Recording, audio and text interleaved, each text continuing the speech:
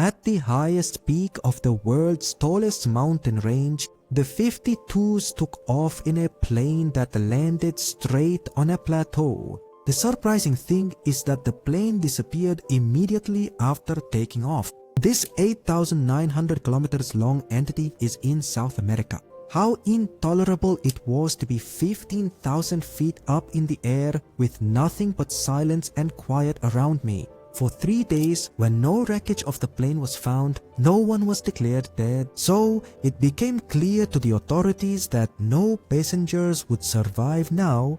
They have announced the closure of the search operation. In the news media for the next few days, there will be talks about the plane crash, and after that, everything will slowly start to return to normal. People may have forgotten about this incident, but exactly 72 days after the incident, 2.5 million minutes later, they kept searching and searching and searching.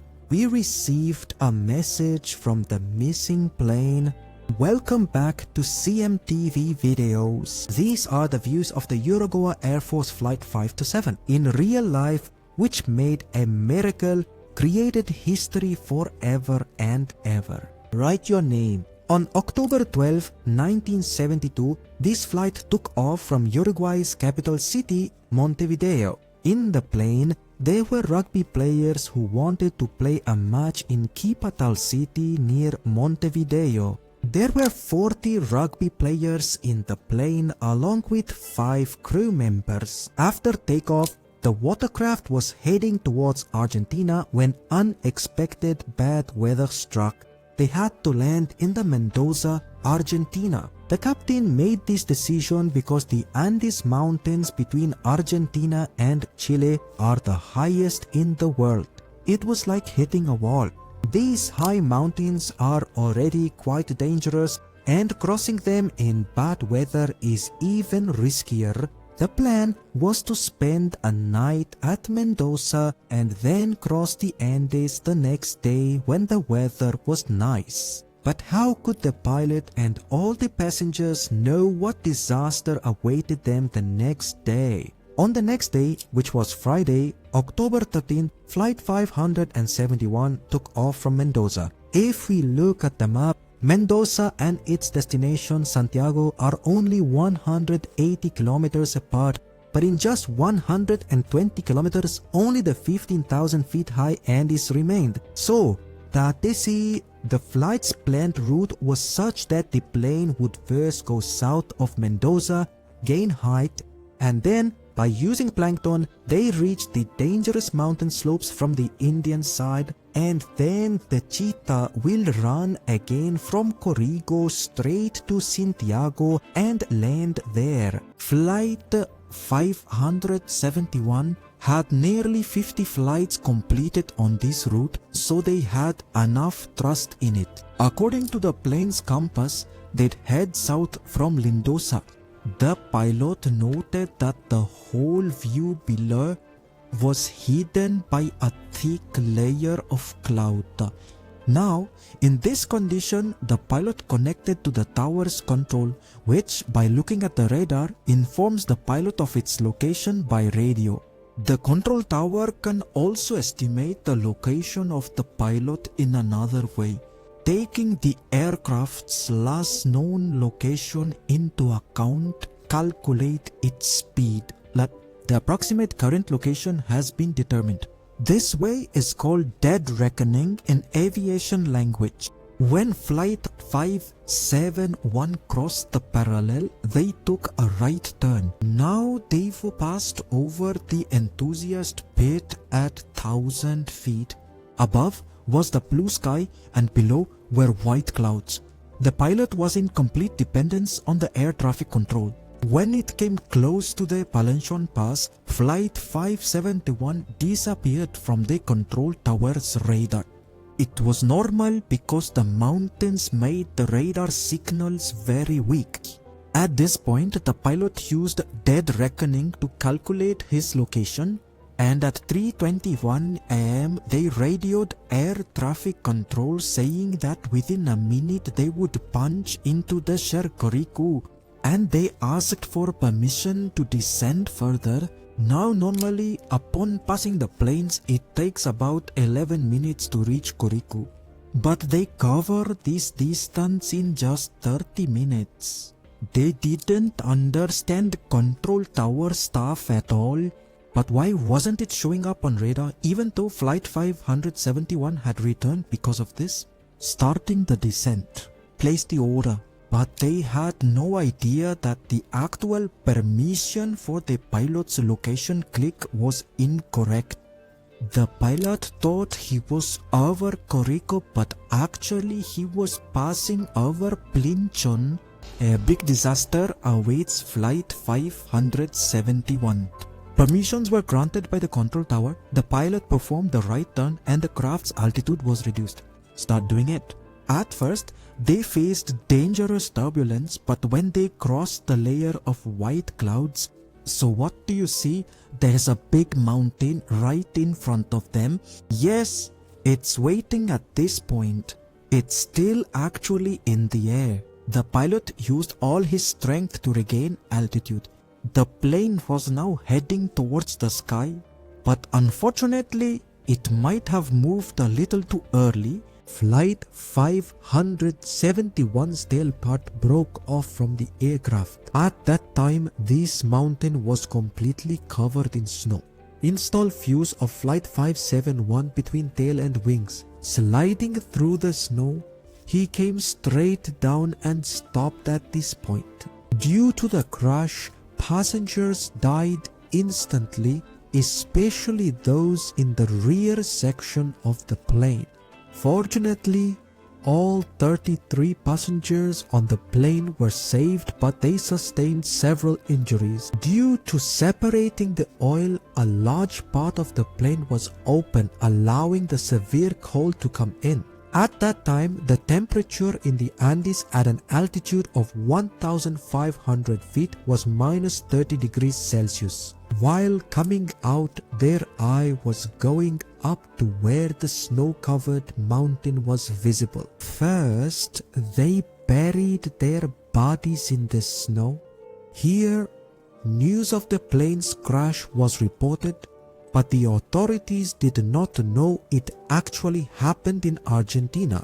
Without wasting time, they started a search operation which involved 4 airplanes. From morning till evening, despite searching the suspected area, they neither found any plane nor debris. This was a very tough search operation because the light was reflecting off the snow-covered mountains below. Uruguay and Argentina also participated in this search operation, and now a total of 11 aircraft are involved in locating Flight 571 throughout the day. We passed through the dunes. Many times rescue planes flew over the top of the passengers here as people were talking to Chris. But even with the signals given by them, rescue planes couldn't spot them. Later, they found a log from which they made torches to signal SOS on the plane's fuselage. Legs big but crossed on the snow. Yet they could not lean on them due to risky planes. After running the search operation for a total of 38 days on 21st October 1972, all passengers were declared dead and the search operation was ended. On the 11th day, a radio was found among the surviving passengers which they used to hear the news. The search operation now being conducted to find them. It has been shut down. When these people landed on the bridge, they were already in trouble and this news put them in more grief. Their last hope of survival also seemed to vanish. In the first incident, 1 crew member and 5 passengers lost their lives due to injuries. Now Kalish site was only for passengers. They have scattered the wreckage and luggage of the plane and have closed off the fuselage to protect it from the cold. They made glasses for themselves by cutting the cockpit's plastic visor. The snow rafters narrowly survived the snowfall caused by the avalanche light. Seat cushions were used for warmth and they made snowshoes using the seat's tension springs. By this time, they had energy bars, 3 jerry cans, a few dried fruits and some canned water left. Initially, they managed to share this food among themselves with great difficulty, but eventually everything ran out. So they started eating heads and lapels. His health was getting worse. They were not showing him anything for energy in this part of the Andes, and from above it was impossible to land on the ridge where the crash happened, thus preventing any descent from the top. Meanwhile, the passengers' condition was such that their body weight had decreased by 40%. In the end, when they couldn't figure anything out, they started eating the bodies of their dead comrades. Obviously, this decision was very difficult, but hunger, thirst and weakness forced them to take this step. After 30 days of climbing, on the night of October 29th, an avalanche struck, hitting the base camp hard. The speed of the avalanche was so fast that the entire fuselage was buried in snow. In this incident, 9 survivors died, with those who were injured being 29 people. They removed the snow from it and made a place to take oxygen. As time went by, the survivors' condition worsened. One by one, everyone was facing death and the kids were waiting for their own demise. December 12th, that means 60 days after the crash, 3 more survivors lost their lives. Back then, the kids had only 2 options. Either they started counting their days or they continued with the existing vertical climbing in the waste. How to do it any way you want? On December 12, 1972, 3 rugby players, Prado, Canessa and Vizintin, reached the peak of the Vestor. I hope there's green grass on the other side and maybe some help out there. It was a tough hike because they didn't have professional gear and the temperature was minus 30 degrees Celsius.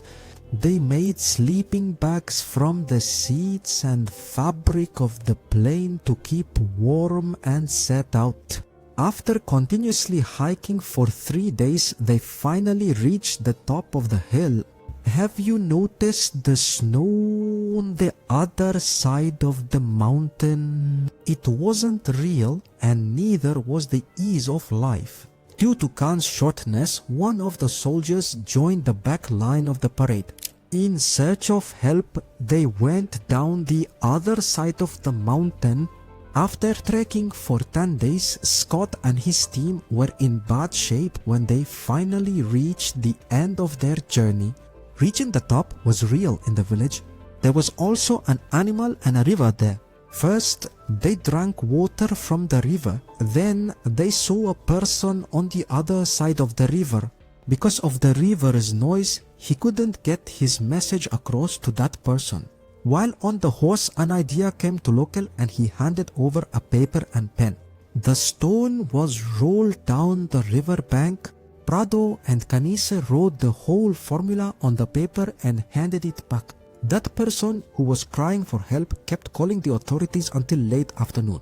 At first, they didn't believe survivors could still be alive after the plane crash in those conditions, but the authorities immediately rescued Paulo and Kinasha and interviewed them in detail after providing medical treatment. On December 22, 1972, that is 72 days after the crash, 3 helicopters landed and marked on Prado and Canissa, reaching the crash site. The chairlift broke down, trapping the group, including some rugby players, on the slope. What happened at the peak of that hill? In the end, all survivors in the fuse clinic were rescued along with their deceased companions. Then, they were buried in a big grave. A few stones were placed over this grave to make a memorial, which remains in the same condition to this day. This memorial reminds us even today that if humans are not brave, they can overcome big challenges. Hope you guys can also watch this DIY video. Please like and share, and thanks a lot for your lovely comments. See you in the next amazing video.